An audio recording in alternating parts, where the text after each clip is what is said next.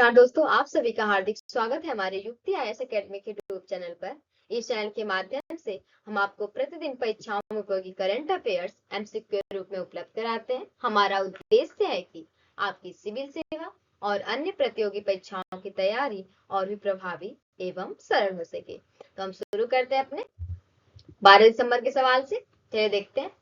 तो हमारा सवाल था कि विश्व की प्रमुख लॉजिस्टिक कंपनी डीपी वर्ल्ड ने भारत में कितना निवेश करने की घोषणा की है।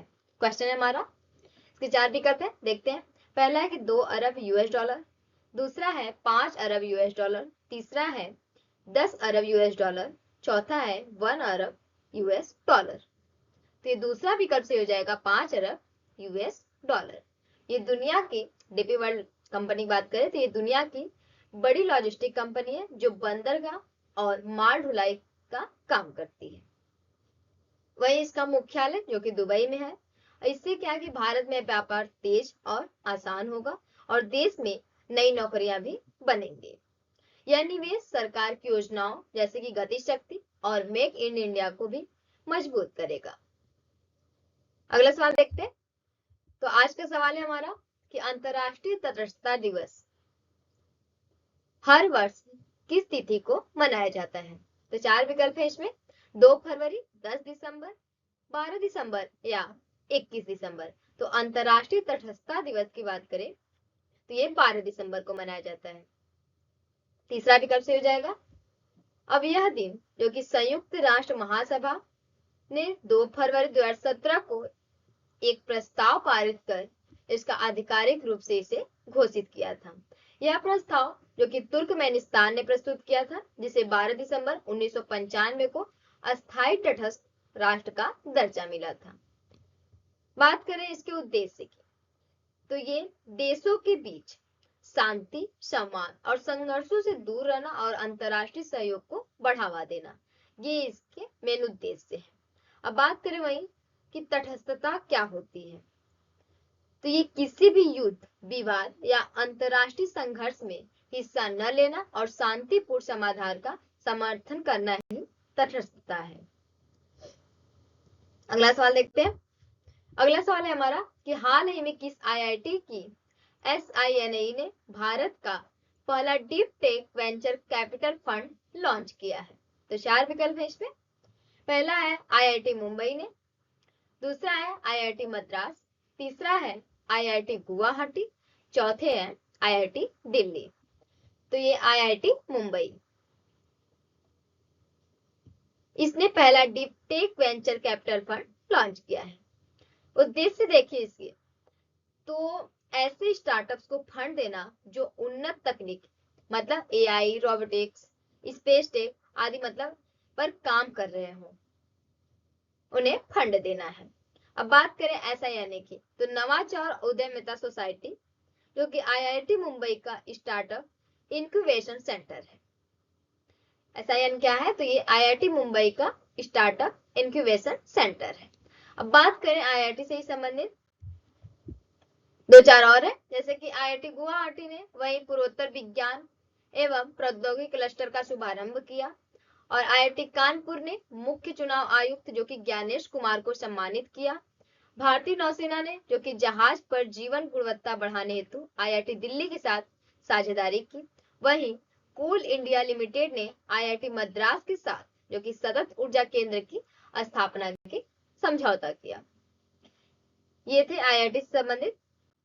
अगला सवाल देखते हैं कि पहली कॉमनवेल्थ खो खो चैंपियनशिप की मेजबानी करने वाला देश कौन होगा। क्वेश्चन है हमारा। देखते हैं इसमें 4 विकल्प है।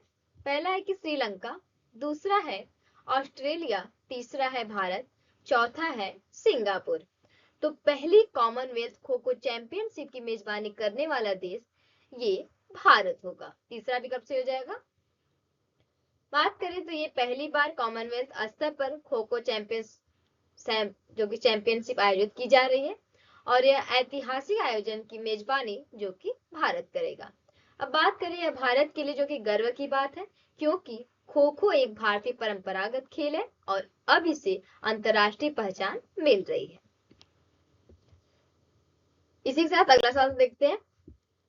तो अगला सवाल है हमारा कि किस देश ने हाल ही में नेशनल सिक्योरिटी स्ट्रेटेजी 2025 जारी की है। तो 4 विकल्प है इसमें, जापान, रूस, अमेरिका या चीन ने।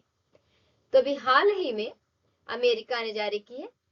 तीसरा विकल्प हो जाएगा अमेरिका ने, जो कि अभी हाल ही में अपनी नेशनल सिक्योरिटी स्ट्रेटेजी 2025, जिसे हिंदी में राष्ट्रीय सुरक्षा रणनीति 2025, ये जारी किया। और यह दस्तावेज बताता है कि आने वाले वर्षों में अमेरिका अपनी सुरक्षा, रक्षा, विदेश नीति और तकनीकी विकास को किस दिशा में ले जाएगा।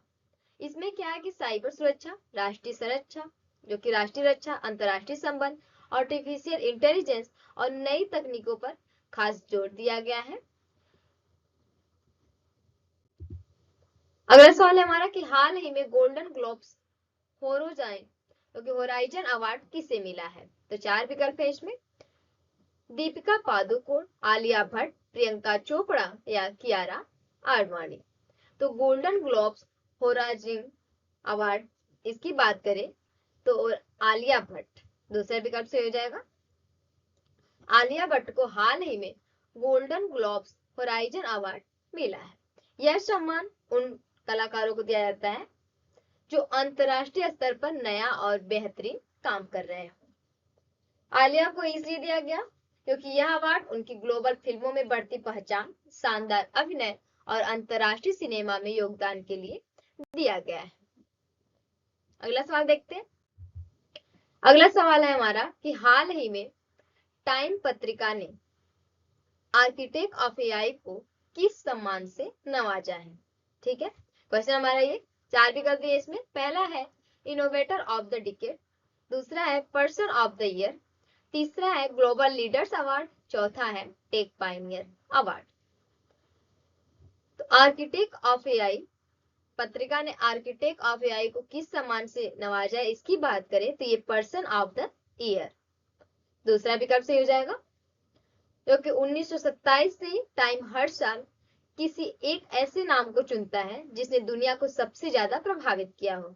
हाल ही की विजेता की बात करें तो 2023 में जो कि टेलर स्विफ्ट, और 2024 डोनाल्ड ट्रंप, और 2025 में जो कि अभी है आर्किटेक्ट ऑफ एआई। इसी संबंधित दे दे तो देखिए अगर, तो यह सम्मान उन लोगों को दिया जाता है जिनका दुनिया पर मतलब कि बहुत बड़ा, आसान भाषा में कहे तो बहुत बड़ा असर हो। जैसे कि आर्किटेक्ट ऑफ एआई उन वैज्ञानिकों और टेक विशेषज्ञों का समूह है जिन्होंने एआई को आज की सबसे असरदार तकनीक बनाया, नए एआई मॉडल तैयार किए, एआई की सुरक्षा पर काम किया या और समाज में एआई के उपयोग को बढ़ाया। ये थी उससे संबंधित कुछ बातें। अगला सवाल देखते हैं। तो अगला सवाल है हमारा कि हाल ही में जर्मनी ने जूनियर मेंस हॉकी विश्व कप को कितनी बार जीतकर रिकॉर्ड बनाया है। ठीक है, तो इसमें 4 विकल्प है, 5वीं बार, 6वीं बार, 7वीं बार या 8वीं बार। तो जूनियर मेंस हॉकी विश्व कप इसकी बात करें तो ये 8वीं बार चौथा विकल्प से हो जाएगा। जर्मनी ने जो कि स्पेन को रोमांचक शूट आउट में हराकर 8वीं बार ये जूनियर हॉकी विश्व कप जीता है। वहीं भारत ने अर्जेंटीना को 4-2 से हराकर जो कि शानदार अंदाज में कांस्य पदक अपने नाम किया है। अब बात करें जर्मनी के साथ पहले विश्व कप मतलब कब जीते तो ये 1982 में एक, दूसरा है 1985, तीसरा है 1989, 1993, 2009, 2013, 2023 और अब की बार 2025 में। जूनियर विश्व कप जो कि अंडर 21 मतलब कि 21 साल की उम्र के पहले लोगों के इसे आयोजित की बात करें तो ये किसके द्वारा किया गया, तो ये FIS द्वारा आयोजित किया गया। FIS मतलब कि इंटरनेशनल हॉकी फेडरेशन, ये इसके फुल नेम है। अब बात करें FIH के अध्यक्ष की तो इनके अध्यक्ष है तया विक्राम और इसका मुख्यालय है लॉजेन जो कि स्विट्जरलैंड में, और इसकी स्थापना 1924 में की गई।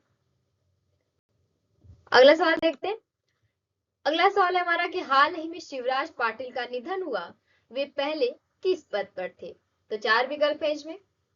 यह शिवराज पाटिल, इसमें 4 विकल्प है कि वित्त मंत्री, कृषि मंत्री, गृह मंत्री या रक्षा मंत्री।